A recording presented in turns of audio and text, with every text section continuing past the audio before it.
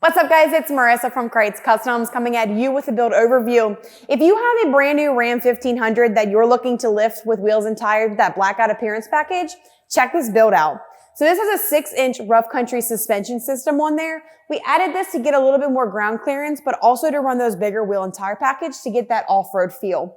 This wheel is going to be a 22 by 12 -44 offset. It's going to be a fuel stroke in the gloss black and mill finish. These wheels and tires do stick out about 4 inches past those fenders, so make sure you keep that in mind when you are building yours. The tire is a Nitto Ridge Grappler, a 35-12-50-22, so perfect for on-road and off-road performance. If you guys like this build and you're ready to build yours, but you don't want to pay for it now, take advantage of our 0% financing options so you can build now and pay later. For more details, click the link below.